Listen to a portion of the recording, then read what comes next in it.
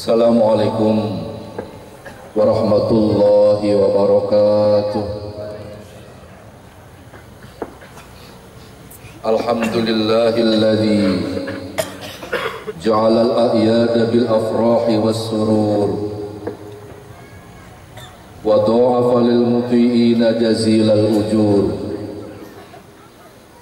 wa kammala diyafata fi yaumil 'id li umumil mu'minina bisam'ihimul mashkur fa subhana man harama shawmahu wa awjaba fitrahu wa hadzara fihi minal ghurur. Asyhadu an la ilaha illallah wahdahu la syarika lahul afuwul ghafur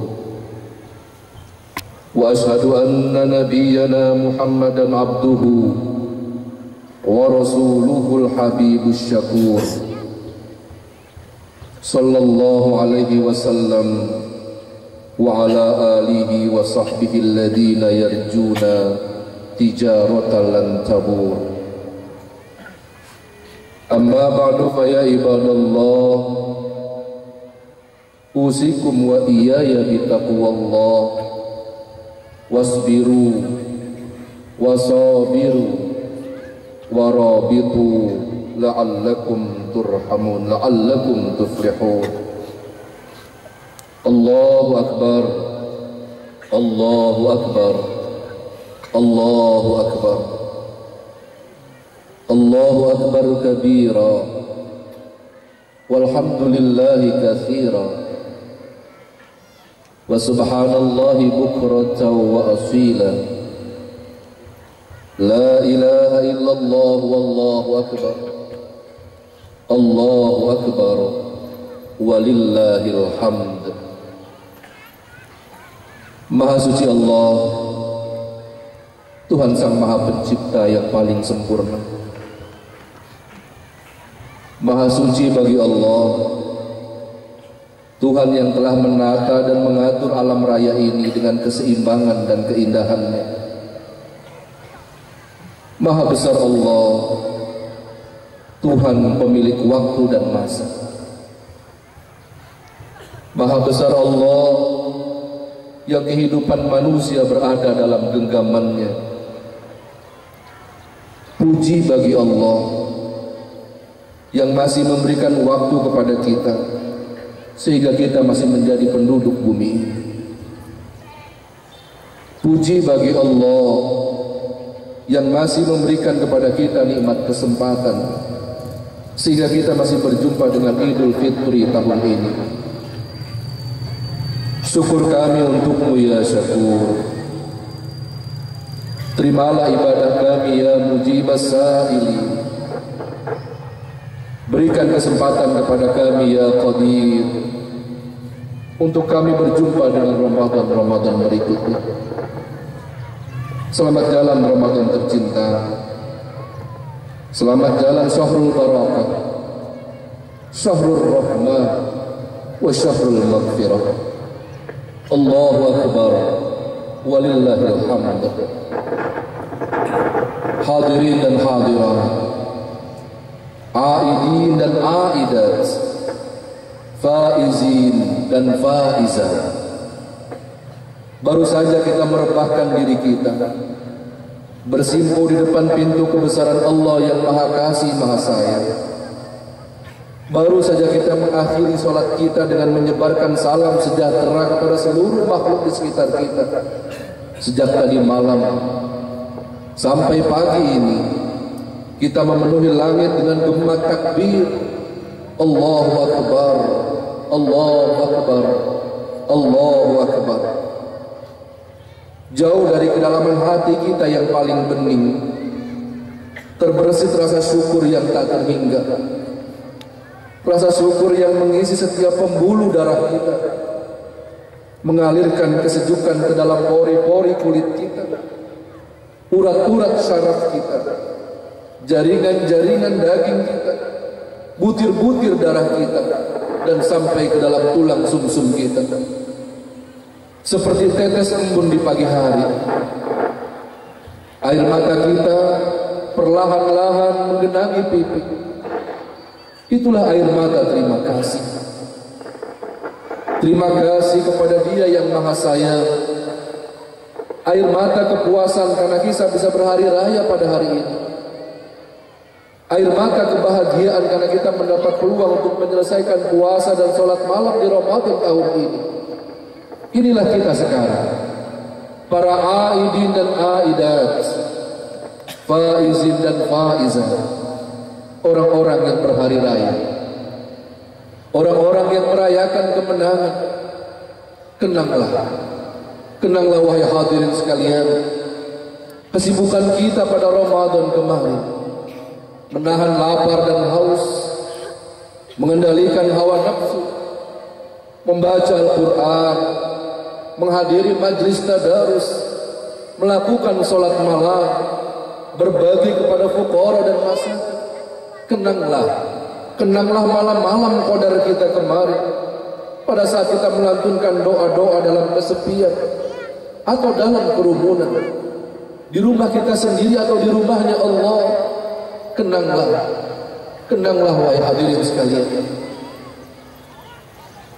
1400 tahun yang lalu Rasulullah Shallallahu Alaihi Wasallam menyampaikan di tengah-tengah para sahabatnya, pada malam Qadar Allah Subhanahu Wa Taala memerintahkan malaikat Jibril alaihi salam untuk turun ke dunia bersama rombongan para malaikat. Ketika fajar terbit, Jibril berseru, wahai para malaikat Allah, wahai para malaikat Allah, kembalilah kalian, kembalilah. Kemudian para malaikat pun menyahut, ya Jibril, apa yang telah dilakukan Allah dalam memenuhi hajat-hajat kaum mukmin umatnya Nabi Muhammad?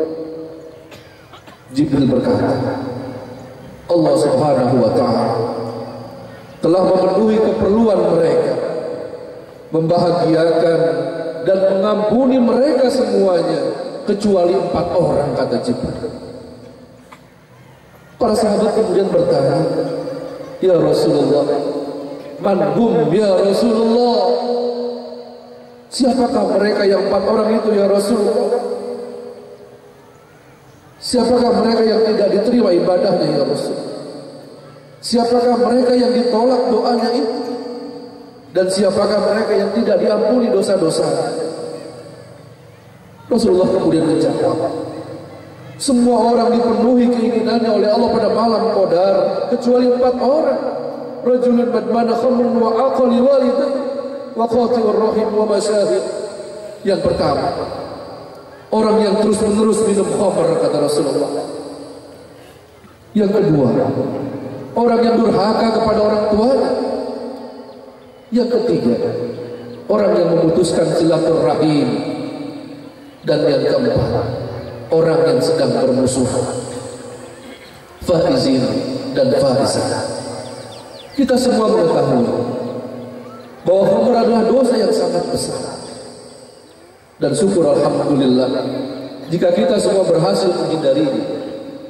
Tetapi yang sering tidak disadari adalah kenyataan bahwa kita seperti orang yang sedang meminum khamr, yaitu pada saat terjadi kedurhakaan kepada orang tua bagi sang anak, dan kedurhakaan sang istri kepada suami, memutuskan silaturahim dengan saudara, dan meneruskan permusuhan. Itu semua adalah dosa-dosa besar yang disejajarkan oleh Rasul sama dengan meminum khamr. Karena dosa tersebut itulah pintu-pintu rahmat dari langit ditutupkan, ibadah-ibadah dicampakkan, doa-doa dilemparkan, dan permohonan ampunan ditolakkan oleh Allah. Bahkan sholat pun terhalang untuk sampai kepada Allah Subhanahu Wa Taala. An Ibnu Abbas radhiyallahu anhu an Rasulillah sallallahu alaihi wasallam annahu qala, salasatun la turfa'u salatun fawqa ru'usihim sibra. Dari Ibnu Abbas, semoga Allah ridhoinya, sesungguhnya Rasulullah sallallahu alaihi wasallam bersabda, ada 3 macam orang yang tidak akan diangkat, yang tidak akan diterima sholatnya di atas kepala mereka walaupun hanya sejengkal.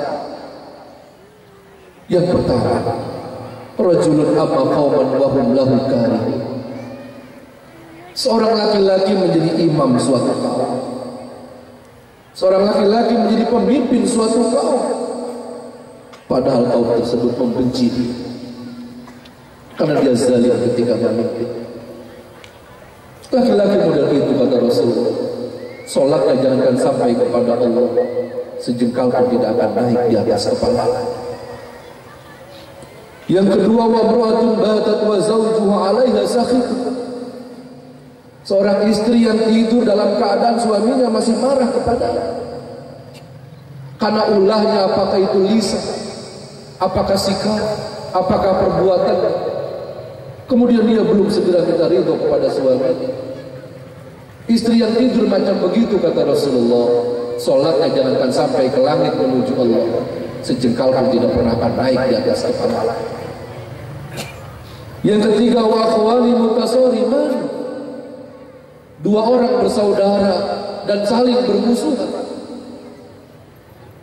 Seminggu dia bermusuh, seminggu sholatnya tidak akan naik kepada Allah. Sebulan dia bermusuhan, sebulan sholatnya sejengkal pun tidak akan naik di atas kepala. Setahun dia bermusuhan, setahun sholatnya tidak diterima oleh Allah karena belum sampai kepada Allah. Rawahu Ibnu Majah bi isnadihi hasan. Hal itu akan mengakibatkan penyesalan, karena akan mengalami kebangkrutan kelak nanti di yaumil qiyamah. Coba kita simak apa yang disabdakan Rasulullah sallallahu alaihi wasallam. An Abi Hurairah anna Rasulullah sallallahu alaihi wasallam qala, dari Abu Hurairah semoga Allah ridhoinya, dia berkata, Rasulullah sallallahu alaihi wasallam bersabda, atadruna mal muflis? Wahai sahabatku, tahukah kalian siapakah orang-orang yang bangkrut itu, kata Rasulullah. Qalu al-muflis fina man la dirhama lahu wa la mata'. Para sahabat menjawab, orang yang bangkrut di antara kami adalah orang yang tidak mempunyai uang dan tidak mempunyai harta. Rasulullah kemudian menjelaskan, innal muflis man ummati mayati yaumil qiyamah bi salatin wa siyamin wa zakatin wa yati qad syatama hadha wa qadhafa hadha wa akala mala hadha wa safaka dama hadha wa daraba hadha fayu'ta hadha min hasanatihi wa hadha min hasanatihi fa in faniyat hasanatuhu qabla an yuqda ma alayhi ukhidha min khotoyahum faturihat alaihi thumma turihat finnar. Rawahu Muslim. Orang yang bangkrut dari umatku adalah, kata Rasulullah, mereka yang nanti datang di yaumil qiyamah.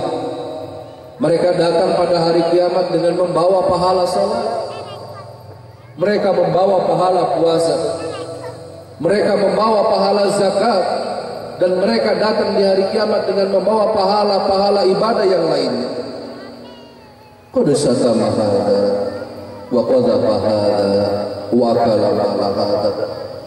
Orang yang ahli ibadah ini di dunia, rupanya dia juga suka mencela orang lain. Dia juga suka memfitnah orang lain. Dia juga suka mengambil haknya orang lain. Dia juga suka mengadakan pertumpahan darah dan permusuhan kepada orang lain. Dia juga suka berbuat zalim kepada orang lain. Ketika dia akan masuk ke dalam surganya Allah dengan bekal pahala ibadah yang telah dia kerjakan, ternyata orang-orang yang ketika di dunia pernah dizalimi menunggu di samping pintu surga kedatangan. Orang pertama menuntut atas perbuatan dia ketika di dunia, orang kedua pun menuntut, orang yang ketiga dan seterusnya pun menuntut. Yauma la yanfa'u malun wala banun. Pada hari itu tidak bermanfaat harta dan anak. Maka tuntutan orang-orang yang pernah dizalimi ketika di dunia harus dia bayar dengan pahala ibadah. Akhirnya pahalanya habis untuk membayar orang yang menuntut ganti atas perbuatan di dunia. Persoalan kemudian muncul, kata Rasulullah, ketika pahalanya sudah habis. Orang yang menuntut belum habis. Faturihat alaihi thumma turiha finnar. Kemudian Allah mengambil dosa-dosa orang yang menuntut itu dan diletakkan di pundak si ahli ibadah tadi. Kemudian dia dihempaskan ke dalam api neraka. Inilah orang-orang yang mampu. Nauzubillah. Allahu Akbar. Allah Maha Besar. Faizin dan faizat yang dirahmati Allah. Mari kita kenal ibadah-ibadah di bulan Ramadan. Ketika kita menadahkan tangan di atas sejadah, kenanglah pula, apakah sebelumnya kita juga pernah membuat orang tua kita murka dan sakit hati karena lisan atau sikap kita yang menyinggung perasaannya, menghujat dan mencaci pasangan sendiri, atau kita pernah menyakiti saudara kita, sahabat kita, tetangga kita, atau pegawai kita sendiri. Apakah kita tidak mau meminta maaf atau memaafkannya? Atau apakah kita menyimpan dendam dan memelihara permusuhan terhadapnya? Dalam taman kehidupan, apakah kita akan biarkan diri kita menjadi seperti rumpun berduri yang tumbuh di tengah jalan? Semua orang yang lewat pasti akan terluka karena duri-duri kita yang tajam. Bila demikian keadaannya, itu bertanda kita keluar dari bulan Ramadan dengan tangan yang hampa, tanpa ijabah doa, tanpa ampunan Allah, dan tanpa anugerah Ramadan. Tanyakanlah kepada diri kita, ketika lidah kita membaca ayat-ayat suci Al-Quran, ingatlah, apakah lidah yang sama telah menghamun maki orang lain hanya karena pahamnya berbeda dengan kita, atau karena pendapatnya tidak kita setujui, atau karena kita berbeda mazhab dengannya, atau karena beda kelompok dan organisasi, atau karena kelakuannya tidak seperti yang kita inginkan. Apakah lidah kita telah menjadi ular yang menyemburkan bisa kepada semua orang, bisa fitnah yang menjatuhkan kehormatan orang lain, bisa namimah yang mengadu domba orang-orang yang saling mencinta, bisa membongkar aib dan mempermalukan orang. Hitung berapa banyak hamba Allah yang hatinya merintih pilu, menderita karena bisa-bisa menyengat yang keluar dari mulut kita. Astagfirullahaladzim. Suatu hari, sambil memegang tirai Ka'bah, Nabi Shallallahu Alaihi Wasallam begitu mengagumi rumah Allah tersebut. Seraya dia berkata, betapa agungnya engkau wahai Ka'bah Baitullah, betapa besarnya engkau wahai Ka'bah. Tapi demi Allah yang jiwa Muhammad berada di tangannya, jika ada orang yang meruntuhkan kamu wahai Ka'bah, bata demi bata, kemudian menghancurkannya dan membakarmu, itu dosanya jauh lebih rendah daripada orang yang meruntuhkan kehormatan kaum mukminin. Hadis riwayat Sunan Ibnu Majah dalam Biharul Anwar. Jika lidah masih menghancurkan kehormatan orang, menyebarkan aib, fitnah, makian dan hinaan, ghibah dan namimah, berarti kita keluar dari bulan Ramadan dengan tangan hampa, tanpa ijabah doa, tanpa ampunan Allah, dan tanpa anugerah Ramadan. Marilah kita bermuhasabah, karena hari ini adalah hari yang paling layak untuk kita bermuhasabah. Ketika kita ruku dan sujud di hadapan Allah, ketika kita merebahkan kepala kita di atas sajadah, apakah kepala itu ketika di luar tempat sholat kita dongakkan dengan sombong untuk menunjukkan kebesaran dan merendahkan orang lain? Orang-orang yang sombong, dia akan keluar dari Ramadan dengan tangan yang hampa, tanpa ijabah doa, tanpa ampunan Allah, dan tanpa anugerah Ramadan. Orang yang sombong merasa paling benar dan paling soleh adalah orang yang memutuskan silaturahim. Mereka dilaknat oleh Allah. Fahal asaitum in tawallaitum an tufsidu fil ardi wa tuqatti'u arhamakum ulaika alladziina la'anahumullah fasammahum wa a'ma absarahum. Maka apakah kiranya jika kamu berkuasa untuk membuat kerusakan di muka bumi dan kamu memutuskan silaturahim, ulaika alladziina la'anahumullah, mereka itulah orang-orang yang akan dilaknati oleh Allah.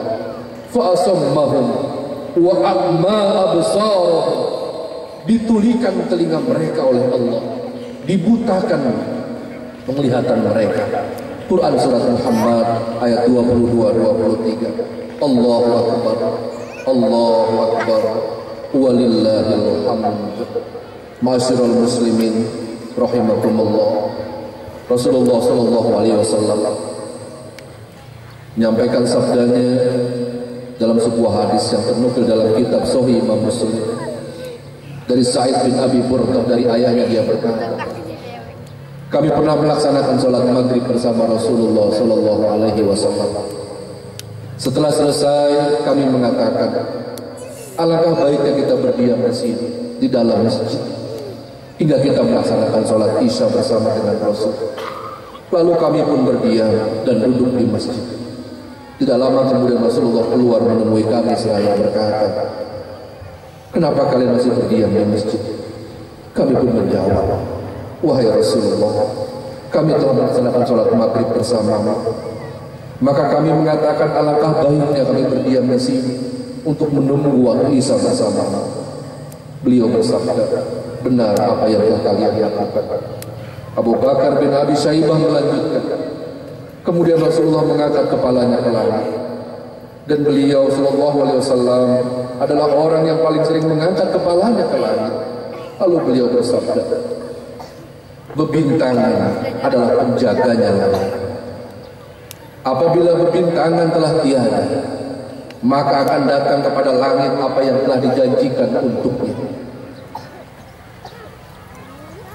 Aku adalah penjaga dari sahabat-sahabatku.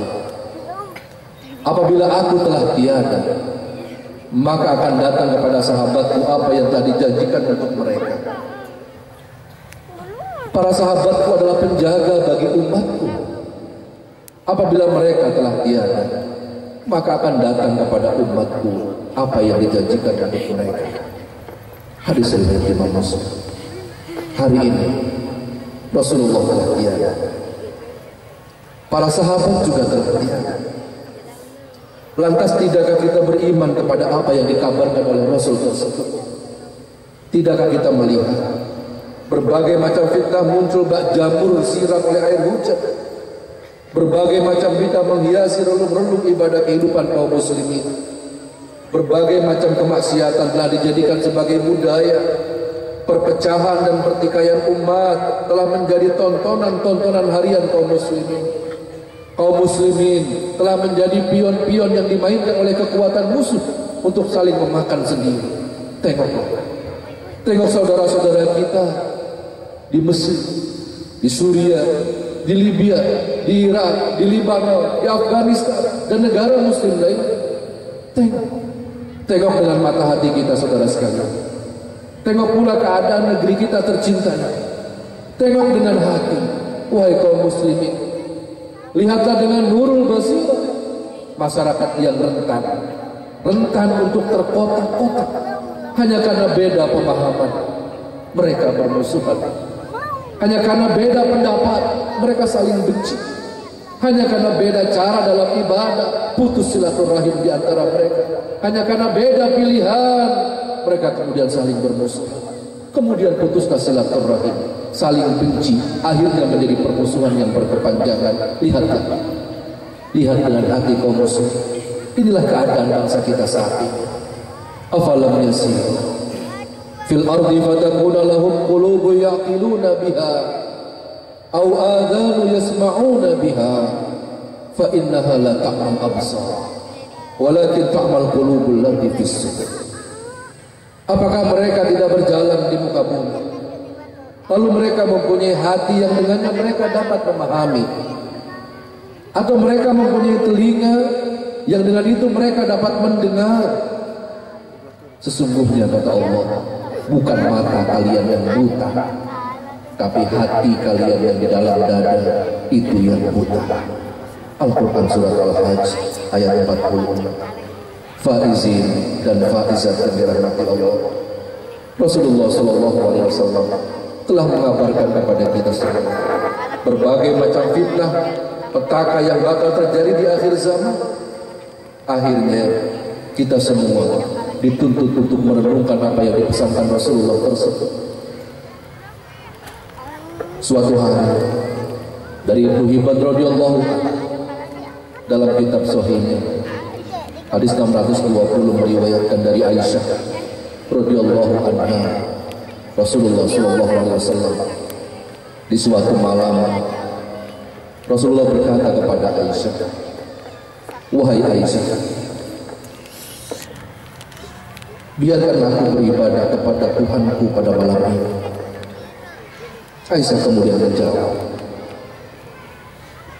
"Wallah, inni la uhibbu qarbaka wa uhibbu masarraka." Demi Allah, kata Aisyah, sungguh aku sangat suka berdekatan denganmu wahai Rasulullah. Akan tetapi aku lebih suka dengan apa-apa yang membuatmu senang dan bahagia. Maka Nabi pun berdiri, kemudian dia bersuci, kemudian mengerjakan sholat. Di dalam sholatnya Rasulullah menangis, hingga ketika dia duduk, tangisan beliau membasahi pangkuan. Kemudian beliau terus menangis hingga membasahi janggut beliau. Kemudian beliau terus menangis hingga membasahi langit. Lalu datang Bilal bin Rabah mengumandangkan azan subuh. Tatkala Bilal melihat Nabi menangis, Bilal pun berkata, "Wahai Rasulullah, kenapa kau menangis? Padahal Allah telah mengampuni dosamu yang telah lalu dan yang akan datang." Nabi kemudian berkata, "Apakah aku tidak menjadi hamba yang pandai bersyukur?" Wahai Bilal, sungguh baru saja turun kepadaku ayat Al-Quran. Celaka sekali orang yang membaca ayat tersebut namun dia tidak merenungkan. Inna fi khalqis samawati wal ardi wa ikhtilafil laili wan nahar la ayatin li ulil albab alladzina yadhkuruna Allaha qiyaman wa qu'udan wa 'ala junubihim wa yatafakkaruna fi khalqis samawati wal ardi rabbana ma khalaqta hadza batila subhanaka faqina adzabaka. Sungguh dalam penciptaan langit dan bumi, silih bergantinya malam dan siang, terdapat tanda-tanda bagi orang yang berakal, yaitu orang-orang yang mengingat Allah sambil berdiri, duduk, ataupun dalam keadaan berbaring. Inilah orang-orang yang memiliki landasan tauhid yang baik, orang-orang yang selalu menjadikan Allah nomor satu dalam kehidupan, orang-orang yang selalu menjadikan Allah sebagai tujuan dari aktivitas kehidupan, orang-orang yang selalu menjaga fondasi keimanannya, orang-orang yang selalu menguatkan karakter tauhidnya.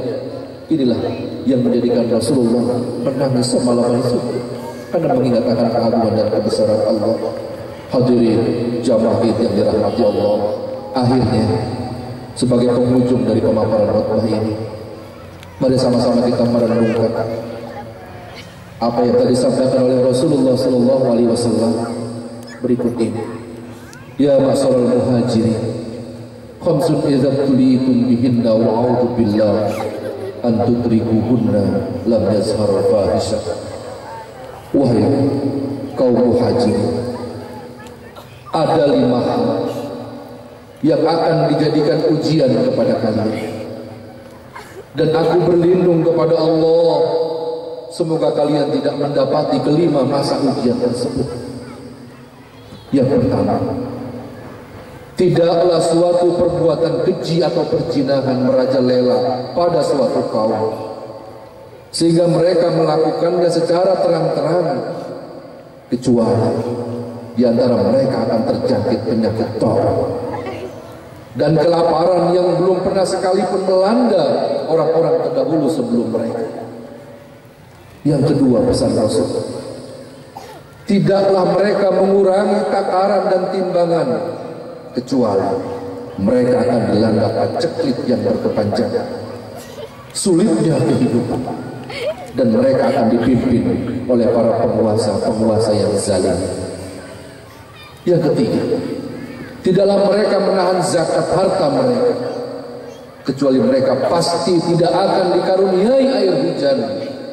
Sekiranya bukan karena hewan ternak, niscaya mereka tidak pernah akan mendapatkan air hujan untuknya.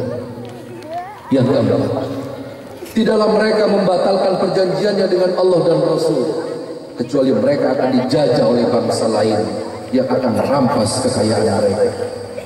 Dan yang kelima, tidaklah para pemimpin mereka meninggalkan berhukum dengan hukum Allah. Pemimpinnya tidak berhukum dengan kitab Allah, atau hanya memilih hukum Allah sesuai dengan hawa nafsu mereka saja, kecuali Allah akan menjadikan perang saudara di antara mereka. Hadis riwayat Ibnu Majah dan disahihkan oleh Albani dalam Jami'us Shaghir. Mudah-mudahan Allah Subhanahu wa taala senantiasa menjaga kita, menyelamatkan kita dari berbagai macam fitnah yang pasti terjadi, bahkan sudah terjadi belakangan ini. Inilah jawabannya kenapa Allah Subhanahu wa taala mengirimkan Ramadan kepada kita semua, agar kita bertakwa, dan takwa adalah solusi dari berbagai fitnah yang muncul di akhir zaman. Akhirnya saya menghimbau kepada segenap kaum muslimin agar sudi dan terus ekstra perhatian terhadap urusan din, terhadap urusan syariat secara menyeluruh, bukan hanya secuil-cuil saja. Agar kita mempunyai uzur kelak di hadapan Allah, bahwa kita telah berupaya, bahwa kita telah berusaha, bahwa kita telah berikhtiar untuk menjalankan tugas kita di dunia ini, yaitu beribadah kepada Allah secara murni dan kafah. Semoga Allah berkenan menggolongkan kita dari golongan orang yang mau menerima nasihat dan orang yang pandai memilih kebaikan dari apa yang bisa kita lakukan. Amin ya Allah ya Rabbal Alamin. Ya Rabbana, tunjukilah kami jalan yang lurus, yaitu jalan orang-orang yang telah Kau beri nikmat kepada mereka, bukan jalan mereka yang Kau murkai ya Allah, juga bukan jalan mereka yang sesat. Amin ya Allah ya mujibas sa'il. Alhamdulillahirabbil alamin. Allahumma shalli ala nabiyyina Muhammadin wa ala ali Muhammad. Ya Allah ya Rabbana ya Syakur, terima kasih ya Allah atas semua anugerah nikmat, sehingga pagi ini kami masih dapat menghambakan diri kepada-Mu. Sampai pagi ini kami bisa mengabdi kepada-Mu. Kami masih bisa melaksanakan sunnah kekasih-Mu Rasulullah Sallallahu Alaihi Wasallam dan melaksanakan salat Idul Fitri tanah lapang ini. Ya Allah ya Qawiyyu ya Aziz, berikan kekuatan kepada kami ya Rabb, agar kami senantiasa istiqomah dalam menjalani aturan dan syariat. Berikan kekuatan kepada kami ya Aziz, agar kami senantiasa menegakkan kalimat-Mu di bumi ini. Berikan kekuatan kepada kami ya Allah, untuk menjadi wakil-Mu dalam melawan makar-makar jahat para musuh. Ya Allah ya Fattah, bukakan hati kami, isi hati kami dengan semangat jihad membela syariat. Ya Allah ya Ghaffar, ampuni dosa dan kesalahan kami, ampuni dosa dan kesalahan orang tua kami, para pendahulu-pendahulu kami, saudara-saudara kami. Ampuni atas kelalaian kami ya Allah, yang belum istiqomah dalam membela syariat. Ampuni kesilapan kami dalam menjalani tugas penghambaan terhadap-Mu ya Rabb. Ampuni kami ya Ghaffar atas kelemahan iman kami, sehingga kami belum sungguh-sungguh dalam beramar ma'ruf nahi munkar. Ya Allah ya Razzaq, karuniakanlah kepada kami hati yang bersih dan suci, sehingga tidak ada kebencian dan permusuhan di antara kami saudara seiman. Kami tidak merasa paling benar sehingga menjadikan kami takabur. Ya Raja, rahmati hati kami, sehingga terikat kasih sayang antara kami ya Allah. Ikat persatuan kami ya Allah. Ikat persaudaraan kami pada bangsa ini ya Allah dengan tali rahman dan rahim, agar kami senantiasa menebar kasih sayang di antara sesama kami. Allahumma a'izzal Islam wal muslimin wansur man nasara din. Allahumma ighfir lil muslimina wal muslimat wal mu'minina wal mu'minat al ahya'i minhum wal amwat. Allahumma antas salam wa minkas salam tabarakta ya dzal jalali wal ikram. Allahumma antas salam. Allahumma la sahla illa ma ja'altahu sahla wa anta taj'alul hazna in syi'ta sahla fasahil umurana umura dunya wad din wa umura jam'iyatil muslimina fi Indonesia wa umura ummatin Muhammadin sallallahu alaihi wasallam. Rabbana atina fid dunya hasanah wa fil akhirati hasanah wa qina adzaban nar. Subhana rabbika rabbil izzati amma yasifun wa salamun alal mursalin walhamdulillahi rabbil alamin. Taqabbalallahu minna wa minkum siyamana wa siyamakum minal a'idin wal faizin. Wassalamu alaikum warahmatullahi wabarakatuh.